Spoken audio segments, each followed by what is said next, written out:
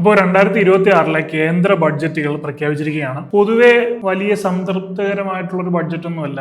നികുതി ഇളവുകളൊക്കെ പ്രതീക്ഷിച്ചിരുന്ന ആളുകൾക്കൊക്കെ നിരാശ തന്നെയാണ്. നമ്മുടെ കേന്ദ്ര ധനമന്ത്രി നിർമ്മല സീതാരാമൻ അദ്ദേഹം അവതരിപ്പിക്കുന്ന 9ാമത്തെ കേന്ദ്ര ബഡ്ജറ്റാണ്. അപ്പൊ ഈ ഒരു ബഡ്ജറ്റ് നമ്മൾ നോക്കുകയാണെങ്കിൽ ജനപ്രിയ പ്രഖ്യാപനങ്ങളെക്കാൾ രാജ്യത്തിന്റെ ഒരു സ്റ്റെബിലിറ്റിക്ക് മുൻഗണന കൊടുത്തിട്ടുള്ള കാര്യങ്ങളാണ് ഈ ഒരു ബഡ്ജറ്റിൽ കൂടുതൽ വന്നിരിക്കുന്നത്. നമ്മുടെ ഇൻകം ടാക്സ് സ്ലാബുകൾക്കൊന്നും ഒരു തരത്തിലുള്ള മാറ്റങ്ങളും ഇല്ല. പഴയ ബഡ്ജറ്റിൽ പ്രഖ്യാപിച്ച അതേ സ്ലാബുകൾ തന്നെയാണ്. അപ്പൊ ഈ ഒരു ബഡ്ജറ്റ് നമ്മൾ നോക്കുകയാണെങ്കിൽ വലിയൊരു തുക ഡിഫൻസിലേക്കും റെയിൽവേസിലേക്കും മാനുഫാക്ചറിംഗിലേക്കും ഒക്കെയാണ് അലോക്കേറ്റ് ചെയ്തിരിക്കുന്നത്. 7 പുതിയ ഹൈസ്പീഡ് റെയിൽവേ ട്രാക്കുകൾ മുതൽ നിങ്ങളുടെ വിദേശ യാത്രകൾക്ക് 18% ചിലവ് കുറയുന്നത് വരെ ബഡ്ജറ്റിലെ ഓരോ കാര്യങ്ങളും വിശദമായിട്ട് നമുക്ക് ഡിസ്കസ് ചെയ്യാം. അപ്പൊ ആദ്യം തന്നെ എല്ലാവരും വളരെ ആകാംക്ഷയോടെ കാത്തിരിക്കുന്ന ഇൻകം ടാക്സിന്റെ കാര്യം തന്നെ നമുക്ക് പറയാം. 2026-27 ഫിനാൻഷ്യൽ ഇയറിൽ യാതൊരു തരത്തിലുള്ള നികുതി മാറ്റങ്ങളും വരുത്തിയിട്ടില്ല. ഇൻകം ടാക്സ് സ്ലാബ്സിന് യാതൊരു തരത്തിലുള്ള ചേഞ്ചസും ഇല്ല. എന്നാൽ നികുതി ഫയൽ ചെയ്യുന്നത് എളുപ്പമാക്കാൻ 3 പ്രധാന മാറ്റങ്ങൾ കൊണ്ടുവന്നിട്ടുണ്ട്. ഒന്ന്, ഇൻകം ടാക്സ് റിട്ടേൺസിൽ തെറ്റുകൾ സംഭവിച്ചിട്ടുണ്ടെങ്കിൽ അത് തിരുത്തി ഫയൽ ചെയ്യാൻ മാർച്ച് 31 വരെ സമയം ലഭിക്കും എന്നുള്ളതാണ്. 2, വിദേശ യാത്രകൾക്കും പഠനത്തിനുമായിട്ടൊക്കെ പണം അയക്കുമ്പോൾ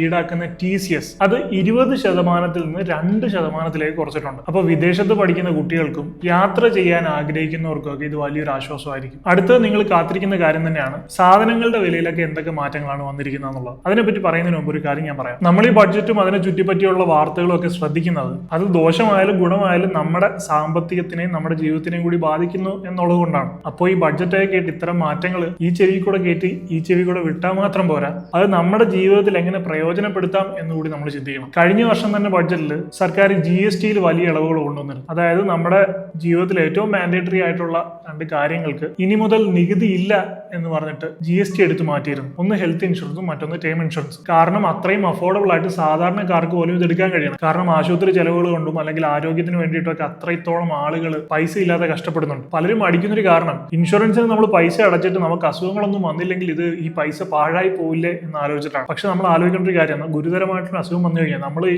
സ്വരുക്കൂട്ടി വെച്ചിരിക്കുന്ന ചെറിയൊരു എമൗണ്ട് അതിനൊന്നും തികയില്ല. 10, 20, 30 ലക്ഷം വരെ ചിലവാക്കിയിട്ട് രക്ഷപ്പെടാൻ പറ്റാതെ പോകുന്ന ആളുകളുണ്ട്. അങ്ങനെയൊക്കെ സംഭവിച്ചു കഴിഞ്ഞാൽ നമ്മുടെ ജീവിതം തന്നെ അവിടെ ഒരു ഫുൾ സ്റ്റോപ്പ് ആയിട്ട് നിന്ന് പോകേണ്ട അവസ്ഥ ഉണ്ടാകും. ഇപ്പോൾ എന്റെ അനിയന്റെ കൂടെ പഠിച്ചൊരു പെൺകുട്ടി, ആ പെൺകുട്ടി പഠിച്ചുകൊണ്ടിരിക്കുമ്പോൾ തന്നെ പെൺകുട്ടിയുടെ വിവാഹം കഴിഞ്ഞു. കുറച്ച് കഴിഞ്ഞിട്ടാണ് അറിയുന്നത് ആ പെൺകുട്ടിയുടെ ഭർത്താവിന് ക്യാൻസർ ആണെന്നുള്ള കാര്യം. ഇവരുടെ സ്വർണം, സ്വത്ത് എല്ലാം വിറ്റ് ചികിത്സിച്ചു. പക്ഷേ ചികിത്സയിലെ പോരായ്മ മൂലം അല്ലെങ്കിൽ നേരത്തെ തിരിച്ചറിയാഞ്ഞത് കൊണ്ടോ അദ്ദേഹത്തെ രക്ഷിക്കാൻ സാധിച്ചില്ല. അദ്ദേഹം മരണപ്പെട്ടു. അപ്പോൾ എത്ര ചെറിയൊരു പ്രായമാണ് ആ പെൺകുട്ടിക്ക് എന്ന് ആലോചിക്കണം. ഇപ്പോഴത്തെ അവസ്ഥ, ആ പെൺകുട്ടിക്ക് ഭർത്താവും ഇല്ല, സ്വർണവും സ്വത്തും എല്ലാം പോയി, ബാക്കിയുള്ളത് കുറച്ച് കടക്കണി മാത്രം. അപ്പൊ ഇങ്ങനൊരു അവസ്ഥ നിങ്ങൾക്ക് ഉണ്ടാകാതിരിക്കാനാണ് ഒരു ഹെൽത്ത് ഇൻഷുറൻസും ലൈഫ് ഇൻഷുറൻസും നിങ്ങൾക്ക് ഉണ്ടായിരിക്കണം എന്ന് പറയുന്നത്. ലൈഫ് ഇൻഷുറൻസുകളുടെ കാര്യം പറയുമ്പോൾ ചെലവ് കുറഞ്ഞാൽ എന്നാൽ കൂടുതൽ കവറേജ് കിട്ടുന്ന ടേം ഇൻഷുറൻസുകളാണ് നല്ലത്. അങ്ങനെ ഇന്ത്യയിലെ ടോപ്പ് കമ്പനികളിൽ നിന്നും ഹെൽത്ത് ടേം ഇൻഷുറൻസുകൾ ഇൻസ്റ്റന്റ് ആയി പർച്ചേസ് ചെയ്യാൻ സാധിക്കുന്ന ഒരു ലിങ്ക് ഞാൻ വീഡിയോയുടെ കമന്റ് സെക്ഷനിലും ഡിസ്ക്രിപ്ഷനിലും കൊടുത്തിട്ടുണ്ട്. അവിടെ മാസം 400-500 രൂപ പ്രീമിയത്തിൽ പ്ലാനുകൾ തുടങ്ങുന്നുണ്ട്. ഹെൽത്ത് ഇൻഷുറൻസ് ആണെങ്കിൽ 1 കോടി വരെയും ടേം ഇൻഷുറൻസ് ആണെങ്കിൽ 2 കോടി വരെയും കവറേജ് ലഭിക്കുന്ന പ്ലാനുകൾ നമുക്ക് എടുക്കാം. അപ്പൊ ഈ ഒരു ഹെൽത്ത് ഇൻഷുറൻസ് എടുത്തു വെച്ച് കഴിഞ്ഞാൽ ഒരു അസുഖം വന്നു കഴിഞ്ഞാൽ ചെലവിനെ പറ്റി പേടിക്കാതെ ധൈര്യമായിട്ട് ഏറ്റവും നല്ല ഹോസ്പിറ്റലിൽ തന്നെ നമുക്ക് ചികിത്സ എടുക്കാവുന്നതാണ്. അതുപോലെ തന്നെ ടേം ഇൻഷുറൻസ് എടുത്തു വെച്ച് കഴിഞ്ഞാൽ ഇനി ചികിത്സിച്ചും രക്ഷപ്പെട്ടില്ല, നിർഭാഗ്യവശാൽ മരണം സംഭവിച്ചു കഴിഞ്ഞാലും കുടുംബം സാമ്പത്തികമായിട്ട് സുരക്ഷിതമായിരിക്കും. ഇപ്പൊ ഞാൻ നേരത്തെ പറഞ്ഞ പോലെ ആ പെൺകുട്ടിയുടെ പോലുള്ള ഒരു അവസ്ഥ ഉണ്ടാവില്ല. 2 കോടി വരെ കവർ നിങ്ങൾക്ക് ക്ലെയിം ചെയ്യാൻ സാധിക്കും. അപ്പൊ നമ്മുടെ ജീവിതം എന്ന് പറയുന്നത് ഒരിക്കലും മുൻകൂട്ടി പ്രവചിക്കാൻ പറ്റാത്തൊരു കാര്യമാണ്. ആർക്കാണ്, എപ്പോഴാണ്, എങ്ങനെയാണ് ജീവിതം മാറുന്നതെന്നും എന്താണ് സംഭവിക്കുന്നതെന്നും നമ്മുടെ കയ്യിലുള്ള കാര്യങ്ങളല്ല. അതുകൊണ്ട് ഈ 2 കാര്യങ്ങളും എല്ലാവരും മുൻകൂട്ടി ചെയ്തു വെച്ചിരിക്കണം. ഹെൽത്ത് ഇൻഷുറൻസ് എടുക്കുമ്പോൾ 25% വരെ ഡിസ്കൗണ്ടോട് കൂടിയും ടേം ഇൻഷുറൻസ് എടുക്കുമ്പോൾ 15% വരെ ഡിസ്കൗണ്ടോട് കൂടിയും നിങ്ങൾക്ക് എടുക്കാം. ഇനി പ്രവാസികൾക്കായാലും ഹെൽത്ത് ഇൻഷുറൻസും ടേം ഇൻഷുറൻസും വിദേശത്ത് നിന്ന് എടുക്കുന്നതിനേക്കാളും വളരെ ചെലവ് കുറഞ്ഞ രീതിയിൽ നമുക്ക് ഇന്ത്യയിൽ നിന്ന് എടുക്കാൻ സാധിക്കും. അപ്പൊ അതിനായിട്ട് ഞാൻ വീഡിയോയുടെ കമന്റ് സെക്ഷനിലും ഡിസ്ക്രിപ്ഷനിലും കൊടുത്തിരിക്കുന്ന ലിങ്കിലേക്ക് പോയാൽ മതി, അല്ലെങ്കിൽ സ്ക്രീനിൽ കാണുന്ന ഈ QR കോഡ് സ്കാൻ ചെയ്താലും മതി. അപ്പൊ നമുക്ക് മെയിൻ ടോപ്പിക്കിലേക്ക് വരാം. എന്തൊക്കെ സാധനങ്ങൾക്കാണ് വില കുറയുന്നത്? ഒന്ന്, ജീവൻ രക്ഷാ മരുന്നുകൾ. 17 തരം ക്യാൻസർ മരുന്നുകളുടെയും അപൂർവ രോഗങ്ങൾക്കുള്ള മരുന്നുകളുടെയും കസ്റ്റംസ് ഡ്യൂട്ടി എടുത്തു മാറ്റിയിട്ടുണ്ട്. അതുപോലെ മൊബൈൽ ഫോണിന്റെ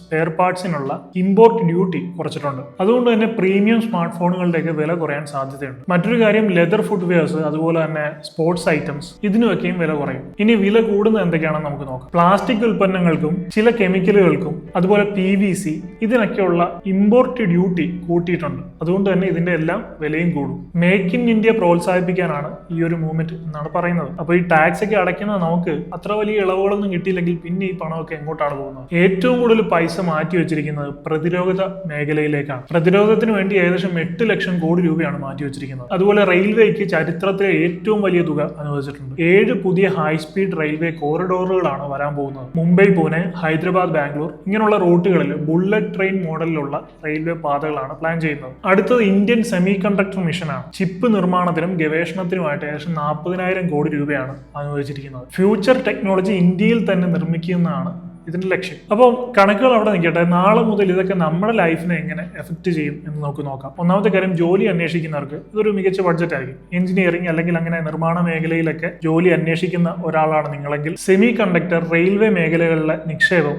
ജോലി സാധ്യത കൂട്ടും. പിന്നെ ട്രീറ്റ്മെന്റ്, ക്യാൻസർ പോലുള്ള രോഗങ്ങൾക്ക് വിദേശ മരുന്നുകളെ ആശ്രയിക്കുന്നവർക്ക് മരുന്ന് വിലകൾ കുറയുന്നത് വലിയൊരു ആശ്വാസമായിരിക്കും. ഇനി മിഡിൽ ക്ലാസ്സുകാരെ സംബന്ധിച്ചിടത്തോളം ടാക്സ് കുറയാത്ത ഒരു തിരിച്ചടിയാണെങ്കിലും ഒരു വിഭാഗം ആളുകൾക്ക് വിദേശ യാത്രകൾക്കുള്ള ചെലവ് കുറയുന്നതും പഠനത്തിനായിട്ടുള്ള ചെലവ് കുറയുന്നതൊക്കെ, അതായത് TCS 20% നിന്ന് 2% കൊണ്ടുവന്നിട്ടുള്ളത് ഒരു ആശ്വാസമായിരിക്കും. അപ്പോൾ ഈ ഒരു ബഡ്ജറ്റ് ഒന്ന് ചുരുക്കി പറയുകയാണെങ്കിൽ ഡയറക്റ്റ് ആയിട്ട് പോക്കറ്റിൽ പൈസ വരുന്ന തരത്തിലുള്ള നികുതി ഇളവുകൾ ഒന്നും തന്നെ ഇല്ല. പകരം രാജ്യത്തിന്റെ വികസനത്തിനും യാത്രാ സൗകര്യത്തിനും ചികിത്സാ സഹായത്തിനുമൊക്കെയാണ് ഈ ഒരു ബഡ്ജറ്റിൽ ഇമ്പോർട്ടൻസ് കൊടുത്തിരിക്കുന്നത്. അപ്പോൾ ഒരു ബഹുഭൂരിപക്ഷം വരുന്ന സാധാരണക്കാർക്ക് ഡയറക്റ്റ് ആയിട്ടുള്ള ബെനിഫിറ്റ് ഒന്നും ഉണ്ടാകുന്നില്ലെങ്കിലും ടോട്ടലി നമ്മുടെ രാജ്യത്തിന്റെ വികസനം നോക്കുമ്പോൾ റെയിൽവേ അതുപോലെ തന്നെയുള്ള ഇൻഫ്രാസ്ട്രക്ചർ ഡെവലപ്മെന്റ് ഒക്കെ നല്ലൊരു കാര്യമാണെന്ന് തന്നെ പറയണം. കാരണം അതൊക്കെ നമുക്ക് അത്യാവശ്യമുള്ള കാര്യമാണ്. പിന്നെ ഡിഫൻസ്, നമ്മുടെ രാജ്യത്തിന്റെ സുരക്ഷയ്ക്ക് വേണ്ടി മാറ്റി വെച്ചിരിക്കുന്ന പണം. അപ്പോൾ എന്തായാലും ഈ ഒരു ബഡ്ജറ്റിനെ കുറിച്ച് നിങ്ങളുടെ അഭിപ്രായം അറിയാൻ എനിക്ക് നല്ല താല്പര്യമുണ്ട്.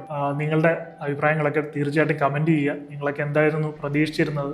കിട്ടിയതിൽ നിങ്ങൾക്ക് സന്തോഷമാണോ നിരാശയാണോ? അങ്ങനെയുള്ള കാര്യങ്ങളൊക്കെ കമന്റ് ചെയ്യുക. സോ നമ്മുടെ ഈ ബഡ്ജറ്റിനെ കുറിച്ചുള്ള ചെറിയൊരു വീഡിയോ, ഒരുപാട് വലിച്ചിട്ടില്ല, ചെറുതായിട്ട് ഞാൻ മാക്സിമം കാര്യങ്ങൾ ഒതുക്കിയാണ് പറഞ്ഞിരിക്കുന്നത്. അത് നിങ്ങൾക്ക് മനസ്സിലായി കാണുമെന്ന് ഞാൻ പ്രതീക്ഷിക്കുന്നു. So I hope you find this video helpful. അതുപോലെ തന്നെ ഞാൻ വീഡിയോയുടെ തുടക്കത്തിൽ പറഞ്ഞ ഹെൽത്ത് ഇൻഷുറൻസിന്റെയും ടേം ഇൻഷുറൻസിന്റെയും കാര്യം മറക്കണ്ട. നമ്മുടെ രാജ്യത്തിന്റെ ഭാവിയെ ബാധിക്കുന്ന ബഡ്ജറ്റ് പ്രഖ്യാപനത്തിന്റെ കാര്യങ്ങളൊക്കെ അറിയുന്നതിനോടൊപ്പം സർക്കാർ നൽകുന്ന ഇളവുകളും നമ്മൾ പ്രയോജനപ്പെടുത്തണം. GST ഇല്ലാതെ നല്ല വിലക്കുറവിൽ ഹെൽത്ത് ഇൻഷുറൻസും ടേം ഇൻഷുറൻസും എടുക്കാം. ഇന്ത്യയിലെ ലീഡിംഗ് കമ്പനികളെ കമ്പയർ ചെയ്ത് നിങ്ങളുടെ ഇഷ്ടത്തിനനുസരിച്ചുള്ള ഒരു ഹെൽത്ത് ഇൻഷുറൻസും ടേം ഇൻഷുറൻസും എടുക്കാൻ ആവശ്യമായിട്ടുള്ള ലിങ്ക് ഞാൻ കമന്റ് സെക്ഷൻ ഡിസ്ക്രിപ്ഷനിൽ കൊടുത്തിട്ടുണ്ട്. അതല്ലെങ്കിൽ സ്ക്രീനിൽ കാണുന്ന ഈ QR കോഡ് ചെക്ക് ചെയ്ത് നോക്കിയാലും മതി. സോ മറ്റൊരു വീഡിയോ ആയി കാണുന്നവരെ I am Adil Hussain signing of.